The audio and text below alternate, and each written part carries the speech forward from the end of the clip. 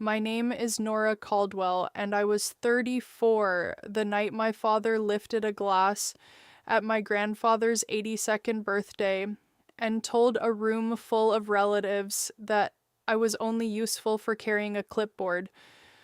My brother Mason laughed first.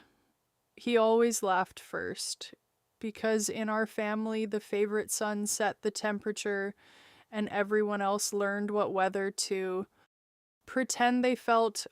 I did not cry. I did not push back my chair unenhort. I did not give my father the scene he had been rehearsing for years. 3 days before that dinner, I had found a cream folder in the office of Caldwell Skills Forge, the training shop my grandfather had built from a leaking barn and a stubborn belief that forgotten kids could still learn a trade. Inside that folder was a signed letter from a developer, a line about delivering the property vacant, and a note that said, "Get Arthur before cake." So when my grandfather slowly stood steadier than anyone expected, my father's little joke was about to become the most expensive sentence he had ever spoken. "Stay with me, because the birthday table is only where the truth became public."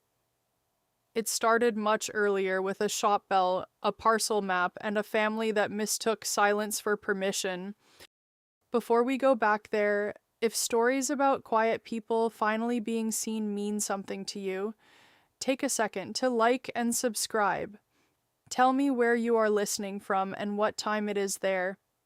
I read those comments when the nights get too long. I work as a structural safety inspector for the city of Cedar Hollow. I check retaining walls, bridge joints, roof loads, and drainage channels. It is the kind of work nobody praises when it goes right, because when it goes right, nothing collapses. My father, Grant Caldwell, never understood that.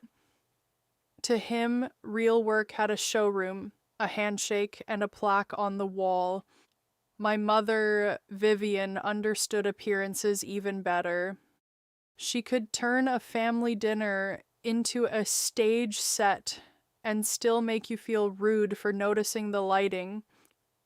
Mason was 2 years older than me, handsome, loud, and permanently forgiven. When he sold commercial properties, wore watches he could not afford, and called every risky idea a vision.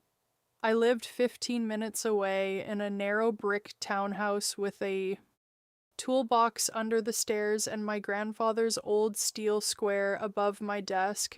In our family, I was the useful one. Useful enough to fix doors, write grant applications, and cover bills when emergencies appeared. Not visible enough to be thanked. Caldwell Skills Forge sat on 7.5 acres at the western edge of Cedar Hollow, where the old mill road bent toward the river. 47 years ago, my grandfather, Arthur Caldwell, had bought the place with borrowed money and hands that never seemed clean, no matter how long he scrubbed. He taught framing, welding, small engine repair, and the simple dignity of doing one thing correctly before rushing to the next. A brass bell hung by the front door. At 8 every morning, Grandpa rang it twice, and teenagers who had been told they were trouble walked in and learned they could be trusted with tools. Last year, 38 of them left with certificates and real jobs waiting. Time equals, quote, 0.6 seconds, quote, slash greater than. That was the part of our name I was proud of. My father saw something else. Land. Zoning. A west parcel that had become valuable because the highway extension was coming. The first warning came at my parents' house 4 days before the birthday, when Mason stepped onto the patio to take a call. I heard him say, "Keep it tied to the west lot." Then he lowered his voice when my mother opened the sliding door. He came back, smiling too hard. My body knew before my mind did. Something in the structure was starting to fail. The next morning, a rezoning notice crossed my desk at the city building. Applicant, Brindle Creek Holdings. Location, Parcel 19W, the exact ground under Caldwell Skills Forge.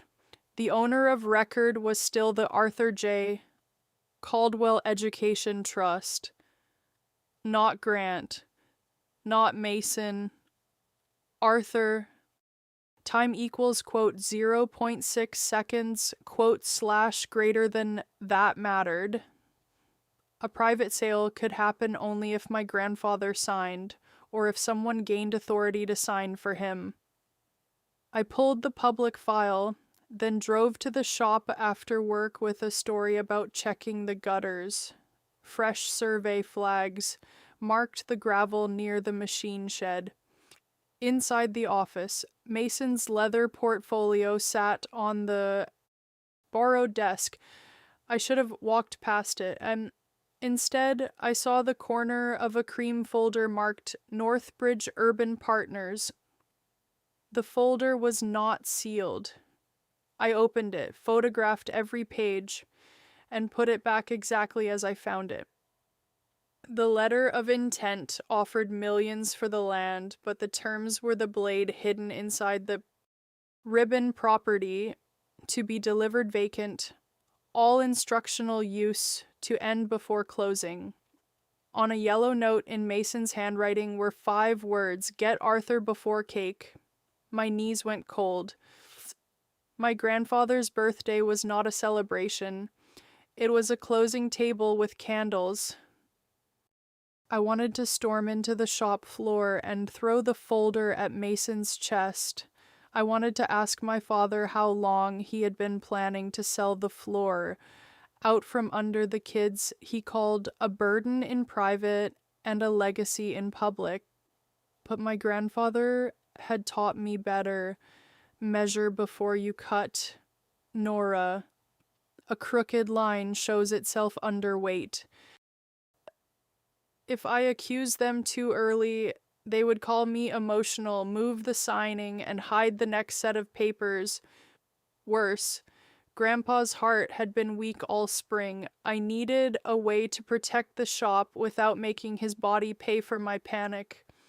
Then I remembered the paperwork I had started 16 months earlier while surveying historic industrial buildings for the city. I had begun a local landmark application for the forge, not as a weapon, as a promise to myself that the bell would not disappear someday under glass apartments. The designation restricted demolition, paired with a state apprenticeship preservation grant. It also carried an 18-year use covenant. The site had to remain a vocational training facility, or the owner repaid the grant with penalties attached to the land. I spent the next 2 days finishing every form, walking it through the county office, and recording it in daylight, where anyone could verify it. On Saturday, my mother arranged the birthday dinner like a magazine spread. White plates, gold candles, a banner that said 82 and place cards written in her careful cursive. Mine put me beside the sideboard, close enough to refill water and far enough from the center to remember my role. Grandpa sat at the head of the table under a wool blanket, hands trembling around his glass. Mason arrived with the same leather portfolio and 2 heavy black pens clipped inside. Good pens for a birthday. My father made the first toast before anyone had eaten. He spoke about the Caldwell name, the future, responsibility, and how some people were born to carry a legacy while others merely inspected it from the sidewalk.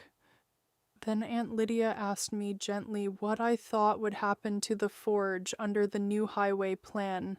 My father did not let me answer. He smiled across the table and said, Nora does not get a vote on this family. Like, she writes reports about other people's work. She has never built anything worth signing her name to. She is a clipboard with our last name taped to it. Mason clapped. 3 slow claps. A few cousins followed because fear is contagious in a dining room. The room waited for me to break. My mother stared at her napkin as if silence were manners. Mason reached for the portfolio and slid the cream folder toward Grandpa, laying one of the black pens across it like a gift. While everyone is here, he said, we can take this burden off you. Just a few trustee updates. I placed my own envelope on the table and did not open it. Before Grandpa signs anything, I said, I think he wants to speak. My father snapped, sit down. Nora, but the energy in the room had already moved to the head of the table. Grandpa set down his glass. The tremor left his hands. He pushed the blanket from his knees and stood, not fast, but straight. Suddenly the old, confused man they had been using as scenery was gone. What stood there was the man who had rung the bell every morning for 47 years. He lifted the steel square from beside his plate, the one with my initials carved into the handle when I was 12. Grant, he said, you told my granddaughter she has never built anything. That is convenient because 2 weeks ago I signed the trust, the forge, and every duty attached to it into Nora's hands. The room stopped breathing. Mason's face changed first. He understood paper faster than pride allowed my father to. Grandpa opened the cream folder and read the line slowly. Property to be delivered vacant, instructional use to terminate prior to closing. Terminate, he repeated. Not repair. Not expand. Terminate. He looked at the board members, at the relatives, at my father, and finally at Mason. You are going to end the program my students built with me, and you are going to do it between a toast and a cake. My father tried the word confusion.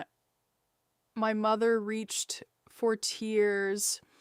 Mason started explaining deposits and timelines. Grandpa raised one hand and every excuse fell apart. Then he turned to me. Nora, tell them what a buyer will find Monday morning. I opened my envelope and laid out the county receipt, the landmark designation, the grant award letter, and the covenant page. The buildings were now protected from demolition, and the apprenticeship use was recorded for 18 years. Any buyer would inherit the obligation. Northbridge could still buy the dirt, I said, but they cannot empty the shop, flatten the buildings, or escape the covenant. They wanted blank land. What they are getting is a trade school with a public record wrapped around it. For a moment there was no sound except the candle wicks. Then Mason whispered that he had already guaranteed a $52,000 break fee. My mother gasped, not because 38 apprentices had nearly lost their program, but because Mason had said the number out loud. My father stood so fast his chair fell behind him. This is my family, he shouted. My name. My inheritance. Grandpa looked at him with more sadness than anger. A name is not a chair at the head of the table, he said. It is the thing you protect when nobody is applauding. The board chair, Mrs. Keene, pushed back from the table and said the program would not be winding down while she had breath enough to object. Earl Boone, the instructor who had taught welding for 24 years, looked at Mason and said, You were going to sell the floor under my students so you could call yourself a developer. He said it quietly. That made it worse. The cousins who had clapped stared at their plates. My father pointed at me and said I had split the family, and I picked up my water, exactly as calm as he hated me for being. No, I said I filed the record. The truth did the rest. Northbridge walked away the following week. Their attorney pulled the public record and discovered there was nothing to buy except a responsibility they did not want. Mason was left with the break fee and the knowledge that confidence is not the same as due diligence, and my father stopped coming to the forge as my mother sends messages about forgiveness whenever a holiday gives her an excuse. I answer only the ones that involve Grandpa's health. The spring intake opened at 32 students, the strongest in years, because the town finally heard what almost happened and decided the bell mattered. Grandpa still visits on Wednesdays. He sits near the front door with a blanket over his knees, pretending not to watch me ring the brass bell. I still inspect bridges for the city.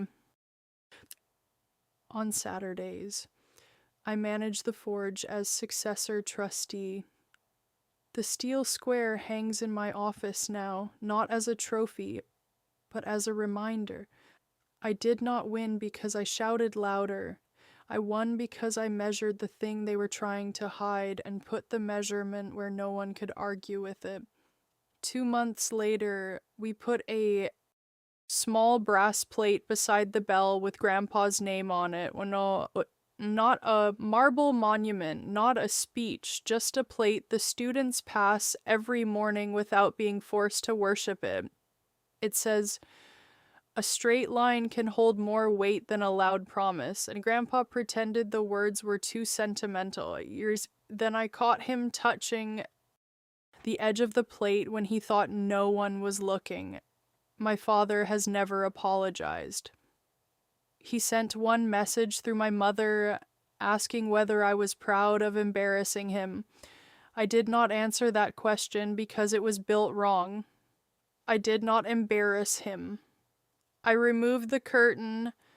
What stood behind it belonged to him. Mason eventually sold the watch. I heard that from Vivian Yener, who offered it like proof I should feel sorry for him. I did feel something, but it was not guilt.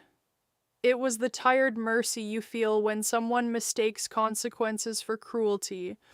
The forge is not perfect now. The roof still leaks over bay. 3. When rain comes sideways, the compressor still rattles, and one of the new students keeps hiding his best work because he is afraid praise will be taken back. I know that habit.